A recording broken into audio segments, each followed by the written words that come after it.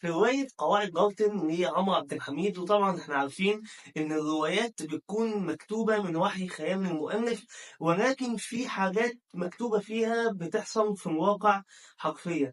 يعني مثلا في الرواية، ويمكن الناس اللي قرأت الرواية دي هي اللي ممكن تفهم بعض المصطلحات اللي انا اقولها. يعني كان في الرواية حاجة او فئة من الناس اسمهم فئة النسامة.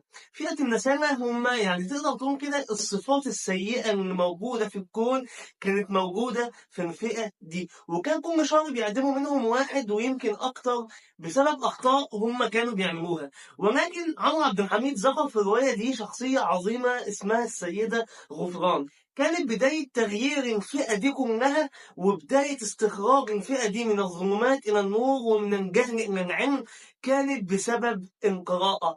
السيدة غفران جابت كتب حرفية للناس دي تقراها، ابتدوا يتعلموا منها ازاي يصنعوا السجاجيد